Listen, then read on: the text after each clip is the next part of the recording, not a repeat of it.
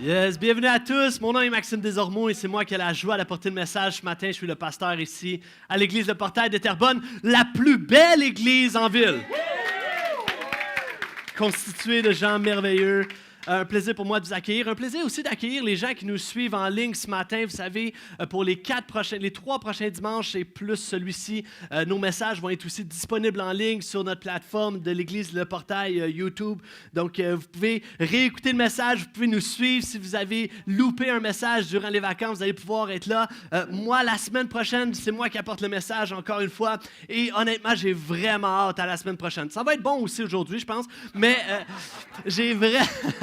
j'anticipe vraiment la semaine prochaine. On va avoir vraiment un bon temps ensemble et je sais que c'est les vacances et tout ça, mais si tu peux être là, on va vraiment avoir un bon temps et sinon, tu vas pouvoir avoir l'occasion de nous rattraper sur YouTube. Et sinon, dans 2 semaines, ça va être Pasteur Jim qui va être là pour apporter un message dans la même thématique sur un sujet formidable. Et dans 3 semaines, c'est mon ami Samuel Plante qui va être avec nous pour apporter un message. Donc, je suis convaincu qu'on va avoir une belle série estivale. Vous aussi, vous êtes convaincus?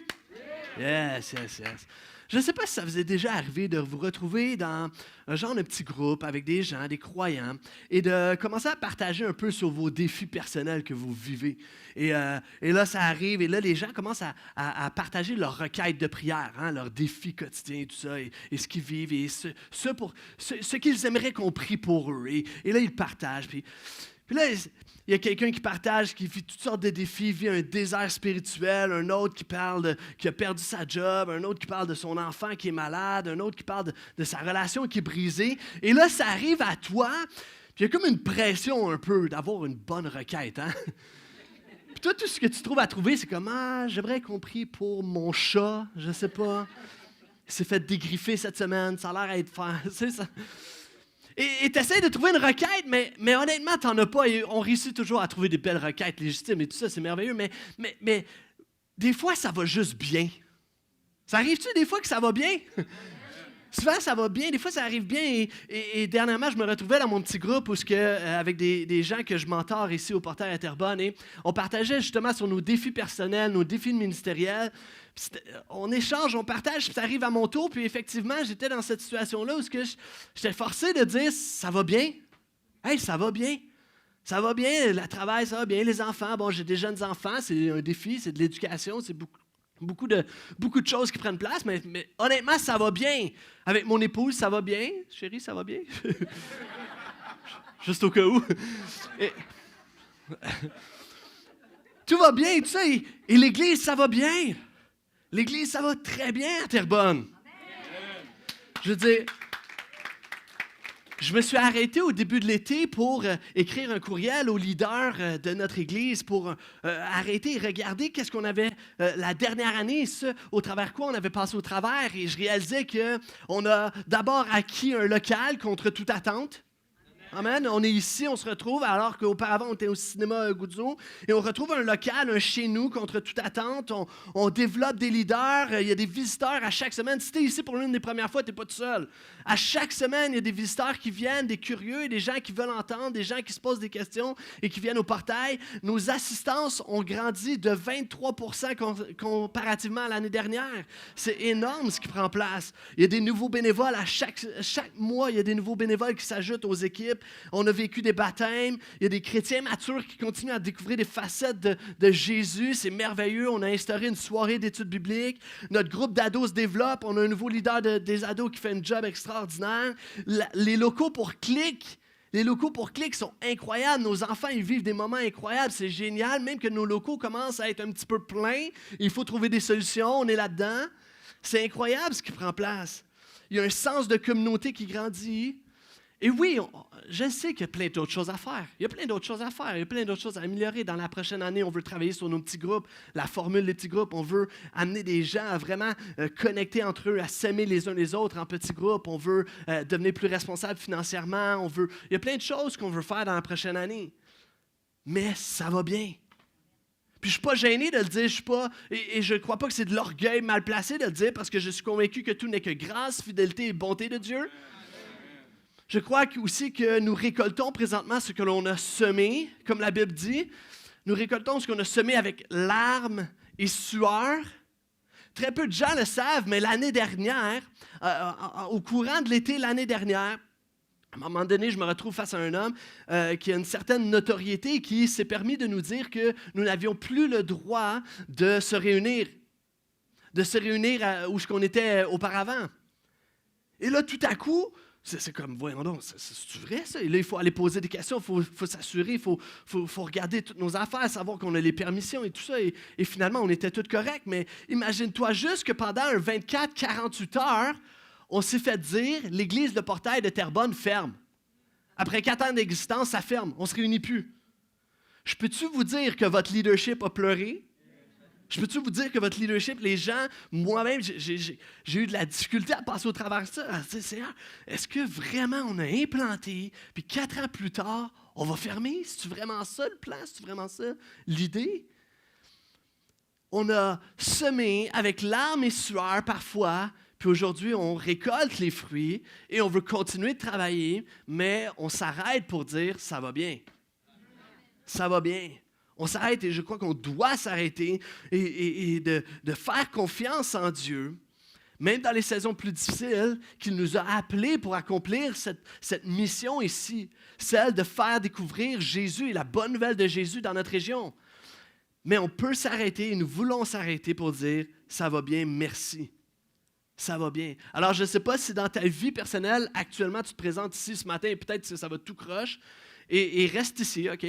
Je crois que d'ici la fin du message, je vais réussir à t'encourager. Mais chose certaine, c'est que nous avons une raison commune de se réjouir et de célébrer et de dire « ça va bien » parce que l'Église dans laquelle tu es assis et que tu assistes et que peut-être même que tu participes, elle va bien. Alors, le titre de cette thématique est « ça va bien, mais maintenant quoi? » En fait, quoi faire quand tout va bien? Parce que souvent, quand tout va mal, on sait qu'est-ce qu'on doit faire. Hein? On entend des prédications, on entend 1001 prédications sur qu'est-ce qu'on fait quand ça va mal. On a 1001 conseils de notre entourage pour savoir quoi faire quand ça va mal. Mais quand ça va bien, qu'est-ce qu'on est supposé de faire? Je me suis posé la question. Maintenant que ça va bien, qu'est-ce que je dois faire, Seigneur? Et cette thématique va donc explorer 4 thèmes. Et le premier thème de ce matin, c'est « Sois reconnaissant ». La première chose à faire, c'est juste d'être reconnaissant. Sois reconnaissant. Le psaume 100, et c'est dans ce psaume que nous allons plonger nos regards ce matin, quelques versets rapidement. Le psaume 100 nous dit au verset 1, un psaume pour remercier Dieu. Ça tombe bien, on est ici pour ça. OK? Acclame l'Éternel, ô terre tout entière. Servez l'Éternel avec... Entrez en sa présence avec des chants joyeux. Merci au Ben, c'est ce que nous avons fait ce matin. OK, c'est déjà bien parti. Sachez que c'est lui seul, l'Éternel, qui est Dieu. Acclame, serre, chante. Il y a une joie à servir, à suivre et à adorer Jésus. Il y a une joie à réaliser qu'on participe à une mission qui nous dépasse, une mission qui est beaucoup plus grande que ma petite personne, une mission qui est celle de Dieu et qui a un impact éternel. Il y a une joie dans cela. Amen? Il y a une joie. Mais imagine juste un instant que tu te promènes dans la rue et tout à coup, tu vois dans un stationnement, il y a un rattroupement de personnes, un moton, okay, comme on dit, un moton de personnes qui est là. Puis ça a l'air d'être le party dans le moton. Ça tape des mains. Là, tu es curieux un petit peu, tu t'avances, tu t'en vas voir. Là, tu essaies de voir au travers la foule, les gens, le noyau qui est là, tu essaies de voir qu'est-ce qui se passe en avant, puis tu sens que tout le monde est là, tout le monde sourit, tout le monde rit même aux éclats. C'est comme, voyons donc, il y a du monde joyeux, qu'est-ce qui se passe ici? Là, ça tape des mains. Qu'est-ce que tu vas faire? Tu vas aller voir et tu vas commencer à être sourire. Toi aussi, tu vas commencer à rire. Tout le monde applaudit. On va applaudir. OK, ouais, qu'est-ce qui se passe là? Tu peux applaudir sans savoir pourquoi tu applaudis. Voici mon point. Connais ta source de reconnaissance. Parce que tu peux venir ici, être dans la joie et même être enflammé par les frères et sœurs, les gens, la communauté, l'Église qui est dans la joie. Et tu peux commencer à chanter, « Hey, c'est de la bonne musique, ça, hey, c'est dans la joie, hein? » mais sans savoir de quoi tu te réjouis. Connais ta source de reconnaissance. Parce que dans le mot reconnaissance, il y a le mot connaissance. Tout simplement, tu dois avoir une connaissance pour être reconnaissant. En d'autres mots, suis-moi bien, si tu veux être reconnaissant, tu dois avoir la connaissance de la source de ta reconnaissance. Parce que chanter sans reconnaissance, c'est juste chanter puis ça élève juste une voix ou même un chanteur. La reconnaissance, ça vient d'abord d'une compréhension. C'est dans ta tête. Ça revient d'une compréhension des choses. Ça revient d'une compréhension de qui est Jésus. Ça vient du moins, tu te réjouis, mais tu sais pourquoi. Peu importe dans ta vie, normalement, lorsque tu te réjouis, tu sais pourquoi. Parce qu'il y a une compréhension des choses. Et si la compréhension est assez grande, même elle va t'amener à être passionné. À le faire avec passion, ton cœur va être investi. C'est pourquoi au portail, là, vous avez remarqué, on travaille fort pour que constamment, hein, on challenge notre compréhension de l'Évangile et des Écritures. Constamment, on challenge ta compréhension pour que t'aider à mieux comprendre la Bible, mais on ne reste pas mort. On prie qu'il y ait de l'énergie, qu'il y ait de la passion, qu'il y ait de l'énergie ici. Amen? Parce qu'on veut t'amener à connaître Dieu. À connaître Dieu. Vraiment, intensément, passionnément. Et lorsque tu connais Dieu, ta réponse sera affectueuse et joyeuse. Parce que c'est la reconnaissance. Tu connais pourquoi tu te réjouis. Vous savez, souvent on dit « il fait beau hein? ». Aujourd'hui, il fait beau. Hier, il a fait beau. Il fait chaud un peu. Il fait chaud un peu, beaucoup. On travaille fort sur l'air climatisé, ça marche à fond.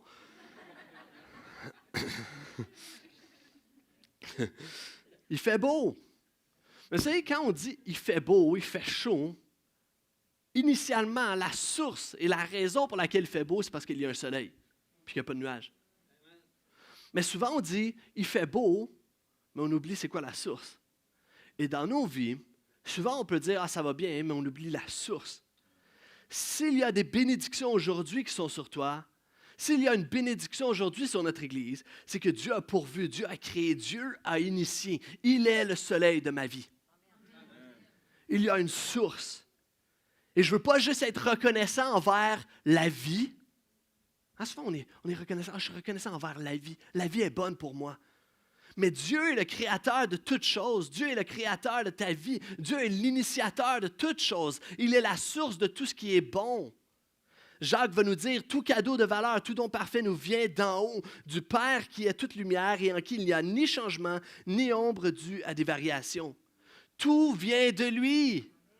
Tout vient de lui. Tout ce qui est beau, tout ce qui est bon vient de lui. Ça ne vient pas de ton karma. Ça ne vient pas de tes bonnes actions. C'est pure grâce de Dieu. Pure grâce de Dieu, ça vient de lui. Et cette source, ce soleil, tu es appelé à le connaître. Le seul problème, c'est que lorsque tu veux connaître quelqu'un, vraiment, tu vas vers lui. Le seul problème, c'est que Dieu est beaucoup trop parfait pour moi. Dieu est trop grand pour moi. Dieu est trop parfait pour moi. Je suis trop impur pour lui et je ne peux pas aller vers Dieu. Et honnêtement, tu ne peux pas aller vers Dieu. Par contre, par nature, tu ne peux pas aller vers Dieu. Par contre, Dieu, par amour pour toi, a pourvu pour une solution. A pourvu pour la solution. Et le seul moyen que tu connaisses Dieu, l'initiateur de toutes choses, le seul moyen, et c'est la Bible qui nous l'enseigne, c'est que tu mettes ta foi en Jésus-Christ, son Fils. Pourquoi? Parce que son Fils est venu sur cette terre, il est mort sur la croix, il a vaincu ce que toi et moi nous pouvons vaincre, la mort, et ainsi, il nous offre maintenant un accès à ce Dieu. Alors, en Jésus-Christ, tu peux maintenant connaître Dieu et être vraiment reconnaissant pour cette source. Tout se fait en Jésus-Christ. Est-ce que je peux entendre un amen à ça? Et peut-être que ta vie est peut-être... utilise le mot que tu veux aujourd'hui. Je vais te laisser dans ton propre langage. Mais peut-être que ta vie actuellement est tough. Elle est remplie de défis. Puis, le problème, c'est que souvent, on va focusser sur ces circonstances-là. Et la source, pourquoi on dit que ça va mal? C'est parce que notre source est concentrée sur nos circonstances, notre compte en banque ou une personne en tant que telle. Alors que la source de toute chose, nous pourrions changer notre focus de place et se mettre à connaître Dieu. Et ainsi, notre source devient différente. Notre conception des choses devient différente et on commence à être reconnaissant. Le verset 3, la deuxième partie nous dit, c'est lui, il parle de Dieu, c'est lui qui nous a fait. Nous lui appartenons et nous sommes son peuple, le troupeau de son pâturage. Il s'arrête juste un instant et dit, acclamons-le, soyez dans la joie. Il dit, regarde en arrière, c'est lui qui nous a fait. Regarde en arrière et tout au long de cette thématique, j'ai cette image d'une montagne. Et alors qu'aujourd'hui, ça va bien, et peut-être qu'on se retrouve au sommet de cette montagne. On n'est pas dans la vallée, on n'est pas dans les lieux où tout est sombre, où on ne voit rien. On est en haut de la montagne. Wow, ça va bien. On se retrouve en haut de la montagne. Et lorsque tu es en haut de la montagne, sois reconnaissant et regarde en arrière. Regarde en arrière à ce qui a pris place. D'abord, il a fait, il nous a fait, il a fait qui tu es aujourd'hui. Il est le Créateur. Il continue de créer l'humanité, elle persiste. Tu ne t'es pas créé. Tu ne t'es pas créé toi-même. Tu n'es pas le centre de l'univers. Dieu t'a créé. Dieu a créé toutes choses. Et souvent, on dit, ce sont les événements qui font qui je suis aujourd'hui.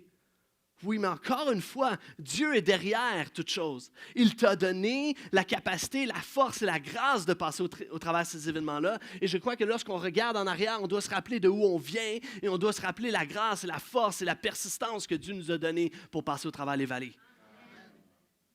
Tu lui appartiens. Ça, c'est une bonne nouvelle.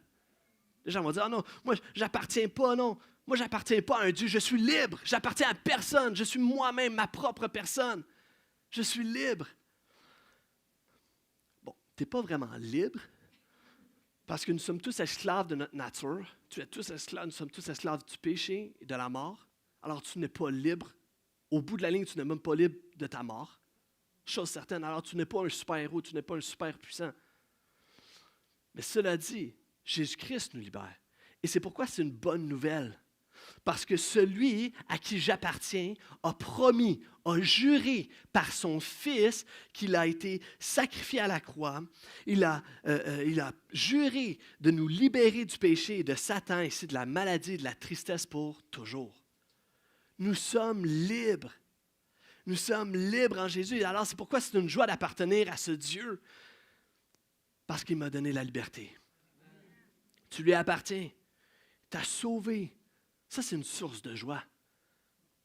Il t'a sauvé, il te donne la liberté, c'est une source de joie. Regarde en arrière, regarde aux miracles passés, regarde aux réponses de prière passées, regarde au soutien à la grâce et au pardon que Dieu t'a offert. Un jour, Dieu est allé te chercher, s'est révélé à toi et t'a sauvé. Wow, quelle source de joie et de reconnaissance. Est-ce que je peux entendre un amen à ça? La Bible continue et dit, nous sommes son peuple, nous sommes son troupeau, nous sommes son Église. Et ce matin, on prend cet arrêt pour se rappeler que ce que Dieu nous a confié, ce qu'il a fait au milieu de nous. Cette semaine, j'ai fait un exercice extraordinaire. Je suis allé regarder nos archives photos. Je suis allé regarder à quoi on avait de l'air il y a 4-5 ans, il y a 5 ans, quand on a implanté. Puis il y a quelques photos qui vont apparaître à l'écran.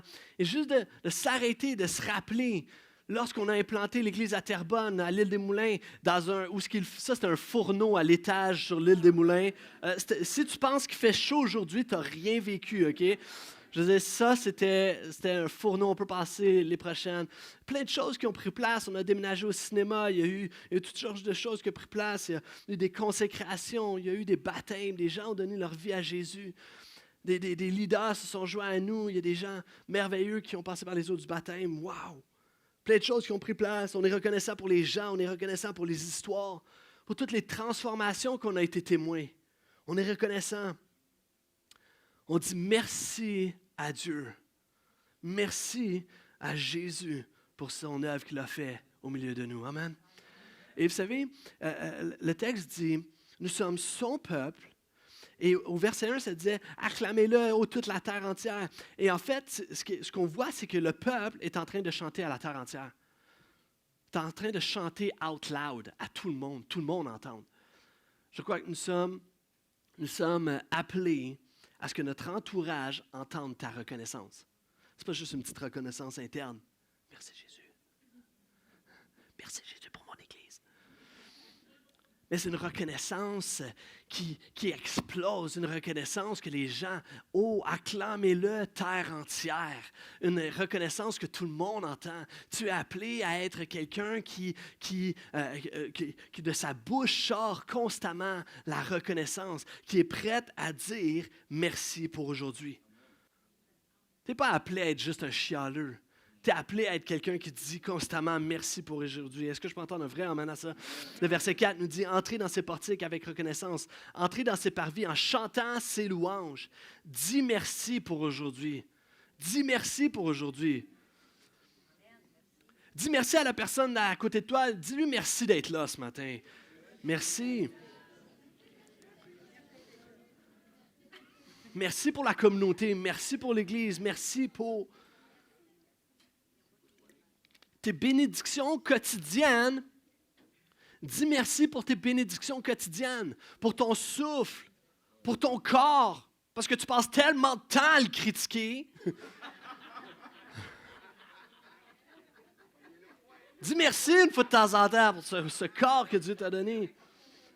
Dis merci pour la nourriture, le toit, le vêtement, l'air climatisé à l'église. Dis merci. Dis merci pour ta famille, tes amitiés, l'église, le travail. Il y en a qui sont comme, parle-moi pas de travail, je suis en vacances. On demande tellement souvent, je passe mon temps à répéter à mes enfants, qu'est-ce qu'on dit? On dit merci. Je passe mon temps à apprendre à mes enfants à dire merci. Et pourtant, le nombre de fois que moi je dis merci, le nombre de fois que moi...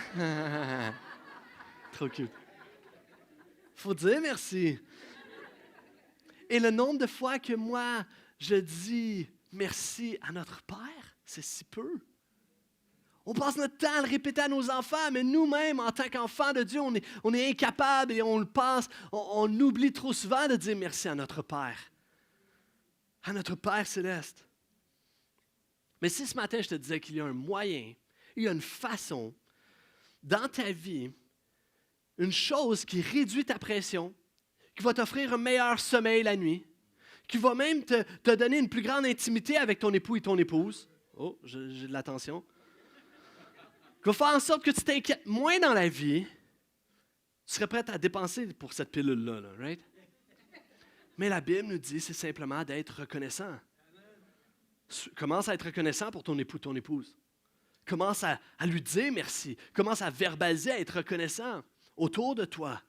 Et ce qui est intéressant, c'est que la Bible nous enseigne la reconnaissance et la science a catch-up dernièrement. La science a comme rattrapé un peu et a confirmé, a prouvé qu'effectivement, les gens reconnaissants sont plus joyeux. Pourquoi? Simplement parce que ton cerveau focus sur ce qui est bon, ce que tu as, ce qui est beau, au lieu de focuser sur ce qui est mauvais. Alors, naturellement, tu es dans la joie. Regarde à ce que tu as, non pas à ce que tu n'as pas. Parce que notre vie entière, on est constamment challengé à avoir tout ce qu'on n'a pas. À avoir plus, à posséder plus, à être plus, à faire plus, accomplir plus, un plus grand succès. Alors que la Bible nous apprend tout simplement à être reconnaissant et avoir le contentement de ce que Dieu a pourvu. Et ce que Dieu a pourvu est suffisant.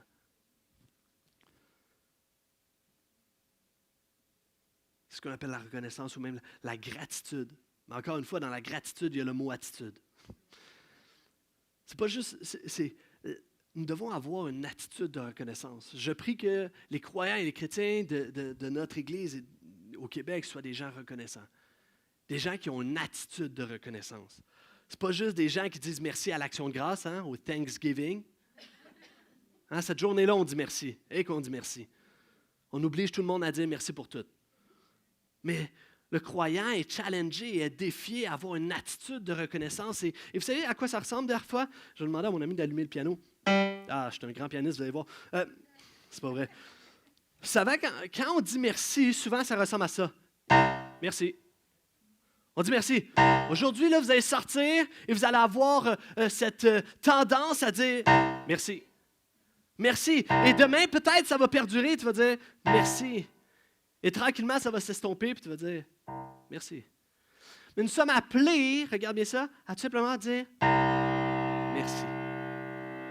Une attitude de reconnaissance, c'est une attitude qui perdure, qui continue, qui dépasse le dimanche matin, qui dépasse un seul événement, qui dépasse la petite prière de merci pour la nourriture avant de manger, qui dépasse ton merci pour la belle journée avant de te coucher. C'est une attitude de merci que tu es appelé à avoir. Amen.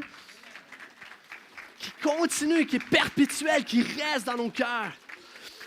Quelque chose qui naît dans tes pensées, quelque chose qui se poursuit dans tes paroles et même dans tes actions. Philippiens 4,4 nous dit « Réjouissez-vous en tout temps de tout ce que le Seigneur est pour vous. » D'abord, c'est une source de reconnaissance, tout ce que le Seigneur est pour nous. Oui, je le répète, soyez dans la joie. Faites-vous connaître par votre amabilité envers tous les hommes, donc votre amour les uns pour les autres. Le Seigneur est proche. Ne vous mettez pas en souci pour rien, mais en toute chose, exposez vos besoins à Dieu, vos requêtes. Adressez-lui vos prières et vos requêtes en lui disant aussi votre... Yes. Alors, la paix de Dieu qui surpasse tout ce qu'on peut concevoir gardera votre cœur et votre pensée sous la protection de Jésus-Christ. Il dit, oui, offre tes requêtes, mais n'oublie pas ce que tu as déjà. Sois reconnaissant. Offre tes requêtes, mais avec reconnaissance pour ce que tu as déjà. Et cette attitude-là va te donner une paix, et ça nous dit une paix qui nous garde. Lorsqu'on se remet à lui avec reconnaissance. Une paix qui nous garde votre cœur. Ça ressemble un peu. Est-ce qu'il y a des gens qui ont toujours rêvé d'être des agents de la paix? Des agents de la paix, des policiers? Hein? Y a-t-il quelqu'un qui a déjà... Viens, mon ami Greg. Ben déjà, toi, je sais que tu n'es pas un policier, mais... C'est un agent de la paix, un agent correctionnel en prison. Donc, il y a la stature, ouais. Il est tout... OK? Viens, mon ami. Viens ici. Tu sais, c'est l'agent de la paix, lui, OK? C'est l'agent de la... Il amène la paix, son beau sourire et tout ça. Il est beau, il est magnifique. C'est de la paix en personne, ça. Wow! Et voici ce que la Bible nous enseigne. C'est que le matin, quand je me lève, là, moi, là, Maxime, là, quand je me lève, honnêtement, ceux qui me connaissent, je suis grumpy, je suis pas reconnaissant, je suis impatient. Je suis bougon, je suis bougonneux, je veux juste continuer à dormir. Et je ne suis pas dans la reconnaissance pour mes enfants. Là. Non, je suis juste impatient d'encore entendre mes enfants chamailler le matin à 6h, 7h le matin. C'est comme, voyons donc, il est bien trop tôt pour ça. Qui demandent mille et une affaires. Et là, qu'est-ce qui se passe? Est-ce que je suis reconnaissant? Non. Non, le matin, tout ça, et dans diverses circonstances de notre vie, souvent, on est là et on est loin. Et la police, l'agent de la paix est loin de moi. Tu me suis? Et sans la reconnaissance, voici ce qui prend place, c'est qu'il y a un espace ici. Il y a de l'espace. Il y a de l'espace pour l'anxiété, il y a de l'espace pour mes insécurités, il y a de l'espace pour mon isolement, il y a de l'espace pour que je me sente seul. Ça crée un espace pour mon stress, ma solitude, mes frustrations. Et même, ça crée de la place pour le diable qui me chuchote des mensonges à l'oreille, toutes sortes de choses qui ne sont pas la vérité. Mais la Bible nous dit, voici, lorsque tu t'en remets à Dieu avec reconnaissance, il y a une paix, l'agent de la paix, qui surpasse toute intelligence, qui te protège, qui est là. Et là, qu'est-ce qui se passe à ce moment? Est-ce que j'ai de la place pour mon anxiété? Non, parce que la paix prend de la place.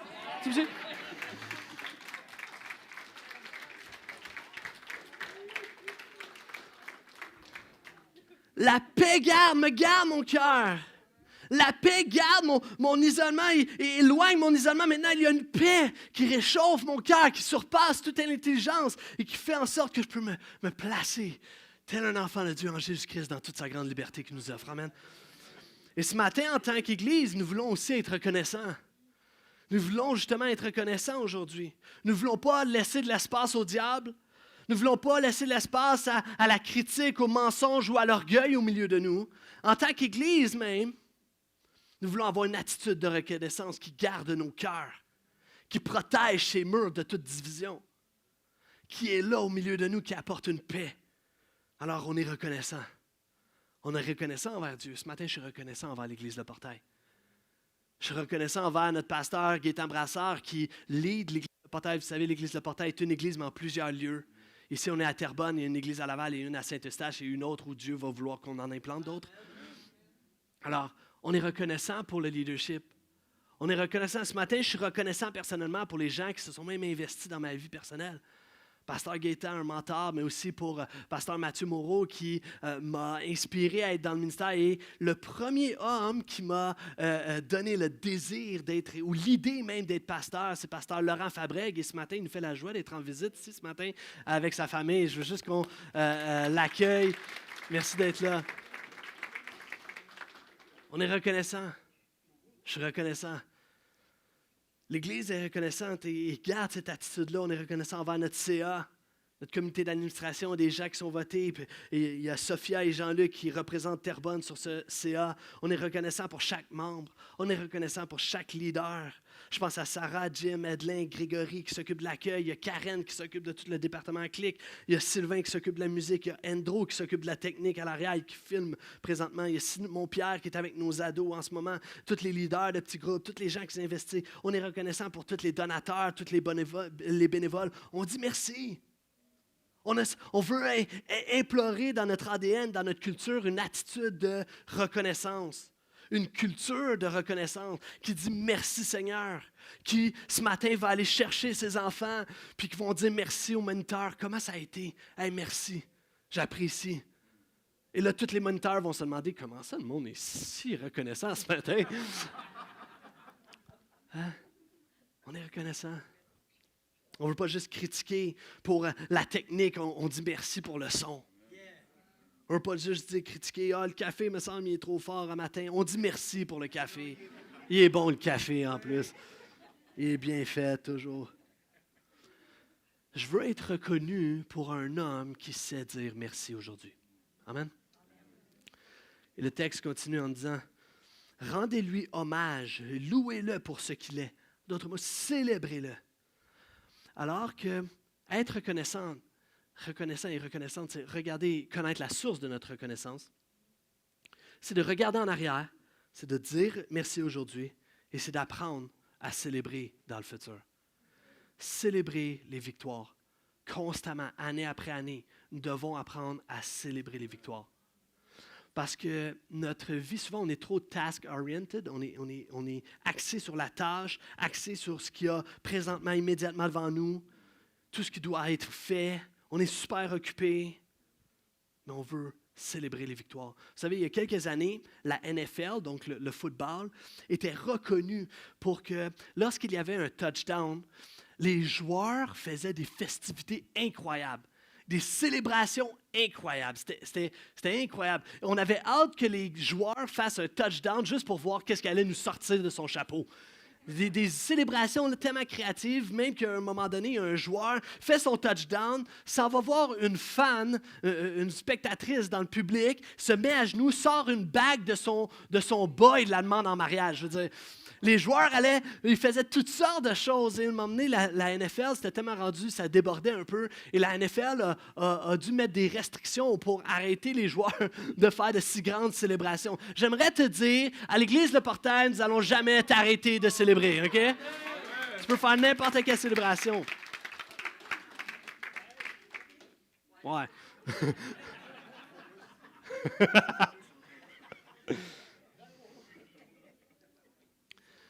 Dans la Bible, dans l'Ancien Testament, on voit le peuple, nous sommes son peuple. Le peuple, lorsqu'il il faisait deux grandes actions de reconnaissance qu'on voit constamment dans l'Ancien Testament.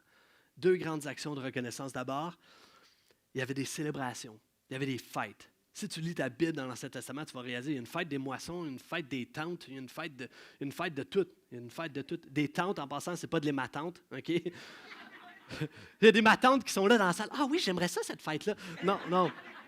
Des tentes, OK? Des tentes, OK? C'est un contexte. Bref, il y avait toutes sortes de fêtes parce que le peuple de Dieu savait célébrer. Honnêtement, le peuple de Dieu savait célébrer les victoires. Savait les célébrer. Lorsqu'un ennemi était vaincu, lorsqu'il y a un défi qui était devant eux, lorsqu'il y avait une impossibilité, une mer, et que Dieu répondait, que Dieu, par sa grâce, faisait une œuvre toute puissante, ouvrait les eaux, vaincre les ennemis, donnait la terre promise, le peuple célébrait. fêtait. Nous devons apprendre à célébrer. Je crois que nous devons être une église qui s'invite, qui invite des gens, qui célèbrent ensemble le dimanche matin, mais aussi la semaine, qui mangent ensemble, qui festoient ensemble. Amen. Une église qui célèbre les victoires de Dieu. Ce n'est pas un lieu austère, ce n'est pas un lieu mort, c'est un lieu de fête. Et deuxième chose qu'il faisait, c'est qu'il bâtissait un hôtel. Un hôtel, pas Hilton, là, un hôtel A-U-T-E-L, OK? C'était un amonceau de pierre qu'il mettait là pour que, lorsqu'ils faisaient du chemin et lorsqu'ils allaient revenir, des générations peut-être plus tard, ils allaient repasser devant le même hôtel, devant le même puits, devant le même amonceau de pierre. Ils allaient dire, voici ce nom est appelé, etc. Et ce nom-là était pour qu'on se rappelle de ce que Dieu avait fait. Nous devons aussi bâtir des hôtels, bâtir de ces moments où, de se rappeler de ces moments où Dieu nous a donné des victoires, de les noter, de les écrire dans un journal, de faire quelque chose, de ne pas... je ne parle pas ici de vivre dans le passé. Je parle d'avancer, mais de jamais oublier le passé. C'est pourquoi même, j'ai dit au staff que les photos qu'on vous a présentées, on va les sélectionner et on va les mettre dans le mur au bureau, dans le bureau juste ici. Pourquoi? Parce qu'on veut se rappeler constamment ce que Dieu a fait au milieu de nous. Ça va être notre hôtel, notre amonceau de pierre. Vous me suivez? Ça m'a appelé à bâtir quelque chose, célébrer les victoires. Et verset 5 pour terminer. Car l'Éternel est bon, son amour dure à toujours et sa fidélité s'étendra d'âge en âge. C'est intéressant parce que là, ça nous informe de la bonté de Dieu et tout ça. Et au verset 3, juste précédemment, on a vu ensemble que la Bible nous informait, nous éduquait sur l'autorité, la puissance. Il est Dieu, il est créateur, nous lui appartenons. Mais là, il nous informe sur une toute autre facette de Dieu. Il est bon, il est fidèle, son amour dure à toujours. Il est constant, de génération en génération. Jésus est bon, fidèle et immuable. Il ne change pas. Et lorsqu'on regarde au passé, on regarde à qui Dieu est, l'œuvre de Jésus, ce qu'il a fait pour nous. Et on est aujourd'hui reconnaissant. Et alors que tu es reconnaissant, tu es aussi en train d'informer le futur de la fidélité de Dieu. Parce que ça dit d'âge en âge. Et souvent, on pense âge en âge, c'est de hier à aujourd'hui. Mais j'aimerais te dire que d'âge en âge veut aussi dire d'aujourd'hui jusqu'à les générations futures. D'âge en âge veut dire que nous sommes reconnaissants pour aujourd'hui et en même temps, au travers de notre reconnaissance, on est en train d'informer le futur d'un Dieu qui est bon, fidèle et immuable. Il ne changera pas, il va continuer à œuvrer. Il va continuer à être fidèle, il va continuer à être bon. Et c'est ce que Dieu veut ce matin, qu'on soit reconnaissant. 1 Thessaloniciens 5, 18 nous dit « Remerciez Dieu en toutes circonstances. Telle est pour vous la volonté que Dieu a exprimée en Jésus-Christ. » Dieu veut que je sois reconnaissant. Dieu veut que l'on soit reconnaissant en toute situation, en toutes circonstances. Paul nous inspire à cela. Mais qu'en est-il de celui qui ne va pas bien ce matin? Alors, je vais inviter les musiciens à me rejoindre et on va terminer dans quelques instants. Mais il y a des gens, tes circonstances actuellement, ça ne va pas bien. Puis tu te dis, OK, Paul, ce qui est frustrant, là, c'est que Paul nous dit, soyez reconnaissants en toutes circonstances. Mais ce qui est frustrant, c'est que ce n'est pas juste une idée, un peu une pensée idéaliste ou utopique, ou juste un... Parce que Paul le vit. C'est encore plus frustrant parce que cet homme-là, dans les circonstances les plus terribles de sa vie, alors qu'il est en prison, alors qu'il est esclave, alors qu'il souffre, il dit, soyons reconnaissants. Continuons à être reconnaissants.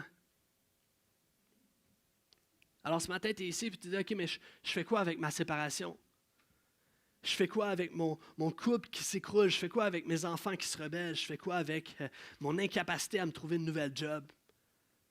Au mur que je frappe, je fais quoi avec mon désert spirituel? Je fais quoi avec ma santé qui fait des siennes, mon corps qui me lâche? Je fais quoi avec mon anxiété qui est constante? Est-ce que vraiment je suis reconnaissant pour ça? La clé, Et dans le même verset, Paul va dire, remerciez Dieu en toutes circonstances. Soyons reconnaissants pour toutes choses. Tout ça en Jésus-Christ. C'est la volonté de Dieu en Jésus-Christ. La seule manière que tu peux être reconnaissant dans l'épreuve, c'est lorsque tu fixes ton regard sur Jésus-Christ. Je l'ai dit en introduction. Premier point, tu dois connaître la source de ta reconnaissance. Place ta source au bon endroit. Puis lorsqu'on réalise que Jésus a eu la victoire sur toutes les pires souffrances, la croix, les pires souffrances, la mort, et qu'il a vaincu cela, ça nous donne une nouvelle perspective pour aujourd'hui. Ça nous donne une nouvelle perspective. Ça nous rappelle le soutien présent de Dieu. Et ça nous rappelle aussi notre espérance future. Vous savez, l'Évangile, la bonne nouvelle de Jésus nous amène à voir les circonstances différemment. Et je ne dis pas ça ce matin, évidemment, pour diminuer ta souffrance, minimiser ou même être dans le déni face à ce que tu passes au travers. Mais je veux juste t'encourager à peut-être changer ta perspective pour les placer ton regard sur Jésus. Ça me fait penser à cet homme, un homme chinois qui habite sur la frontière entre la Chine et la Mongolie. Puis à l'époque, ils étaient dans une époque de guerre et le Chinois il avait une belle jument, un cheval, et cette jument-là, à un moment donné, va sauter la clôture, il va s'enfuir, il va aller et traverser la frontière jusqu'en Mongolie, le peuple ennemi avec lequel ils sont en guerre. Et évidemment, les Mongoliens vont prendre en captivité le cheval, vont le voler. Et un ami qui arrive, et l'ami va dire, hey, c'est une nouvelle terrible ce que tu vis. Puis le Chinois va dire, pourquoi? Peut-être que c'est une bonne chose. Peut-être que c'est une bonne chose qui m'arrive. Quelques jours plus tard, la jument va revenir. La jument revient au galop et elle revient à la maison de cet homme-là. Et en plus, elle revient avec un étalon, un mâle, un cheval. Alors l'ami vient le voir et il dit, « Hey, t'avais raison, finalement c'est une bonne chose, c'est une bonne nouvelle ça, wow! Ta jument était partie, mais là elle est revenue avec un étalon, wow, t'en as deux maintenant, wow, bonne nouvelle! » Il dit, « Pourquoi? Peut-être que c'est pas une bonne chose qu'ils reviennent avec l'étalon. » Tu parles d'un pessimiste, hein, toi? Et quelques semaines plus tard, en fait, son fils va faire de l'équitation sur l'étalon pour tenter de l'apprivoiser. Et alors qu'il marche ça avec et essaie de le dresser, de l'apprivoiser, il va tomber par terre, il va se briser la jambe. Alors encore une fois, l'ami vient et lui dit, hey, t'avais raison, finalement, c'était pas une bonne nouvelle que l'étalon soit là. Parce que maintenant, ton fils s'est brisé une jambe à cause de ce cheval-là. Et l'homme va répondre, pourquoi? Pourquoi ça serait une mauvaise nouvelle? Les semaines passent et la guerre fait surface entre la Chine et la Mongolie. Il y a un général chinois qui vient dans le village et qui dit à tous les jeunes hommes de venir à la guerre. Et tous les jeunes hommes partent à la guerre et s'en vont et malheureusement, tous ces jeunes hommes-là vont mourir au combat, sauf le fils. Pourquoi? Parce qu'il n'a pas pu aller à la guerre, il avait la jambe cassée. Alors l'ami revient, puis il dit, ouais, finalement, c'est une bonne chose que ton fils se soit cassé la jambe. Il n'est pas mort au combat, comme tous les autres jeunes hommes de notre village. Puis l'homme en question va dire, tu vois, tout ce que tu considérais comme étant des mauvaises nouvelles étaient en fait des bonnes nouvelles. Et en même temps, tout ce que tu considérais comme des bonnes nouvelles étaient aussi des mauvaises nouvelles. Aujourd'hui, tu peux regarder à certaines situations de ta vie, certaines circonstances, puis dire, ça c'est mauvais pour moi. Ça me fait mal à moi. Et peut-être qu'au bout de la ligne, c'est pour ton bien. Peut-être au bout de la ligne que Dieu a cette capacité de transformer toute chose, a cette capacité de récupérer toute chose pour sa gloire. Alors tu as une décision à prendre. Alors que tu regardes les événements de ta vie, tu as deux choix. Tu as une décision à prendre. Soit tu les regardes avec un regard de désespoir, ou soit tu les regardes avec un regard de reconnaissance. Déjà pour ce que Dieu va faire. Reconnaissance pour ce que tu as déjà. Reconnaissance pour ce qui prend place. Tu sais, l'Évangile, la bonne nouvelle de Jésus, la puissance transformatrice de Dieu nous rappelle que notre désespoir a été changé en espérance. Et c'est pourquoi maintenant nous avons la capacité d'être reconnaissants. Le chrétien a cette capacité d'être reconnaissant à cause de Jésus. Est-ce qu'on peut se lever ensemble? On va juste prier une prière de reconnaissance ce matin. Peut-être ce matin, j'inviterai les gens à juste commencer à prier dans tes propres mots, être reconnaissant. Merci Seigneur. Merci Jésus. Il y a mille et une choses pour laquelle tu peux être reconnaissant ce matin. Commence à articuler cette attitude de reconnaissance. Commence à articuler cette attitude de dire merci aujourd'hui. Regarde en arrière, regarde ce que Dieu a fait pour toi. Dis merci ce matin. Regarde à tout ce que tu as, tout ce que Dieu te donne, tout ce que Dieu t'a donné. Regarde à l'œuvre qui prend place. Regarde. Dis merci pour aujourd'hui. Merci Seigneur. Merci pour tout ce qui prend place, Seigneur. Amen. Et amen. Le band va nous conduire en louange dans quelques instants et je vais inviter les gens, si des gens, tu vis des choses difficiles et tu aimerais ça que tu sais que tu veux être reconnaissant, tu sais que tu veux mettre un nouveau regard sur ces circonstances-là, mais actuellement, c'est peut-être vraiment difficile. Et ce matin, la Bible nous dit, l'Église est appelée à pleurer avec ceux qui pleurent, à être dans la joie avec ceux qui sont dans la joie. On veut se réjouir pour toutes sortes de choses, mais on veut aussi prendre le temps peut-être de s'arrêter avec celui qui a des circonstances difficiles et prier avec toi. Alors ce matin, si c'est ton désir, pendant que les gens chantent, je vais t'inviter à t'avancer à l'avant. Moi, Grégory, Adelin, on est là et on va prier, on va prendre un temps pour prier pour toi. Simplement nous verbaliser c'est quoi la circonstance. Si tu le désires, évidemment, on ne veut pas te mettre de pression. On aimerait ça juste prendre cette occasion pour prier pour toi. Amen. Good. Allons en louange. Et ceux qui le désirent, venez à l'avant qu'on puisse prier.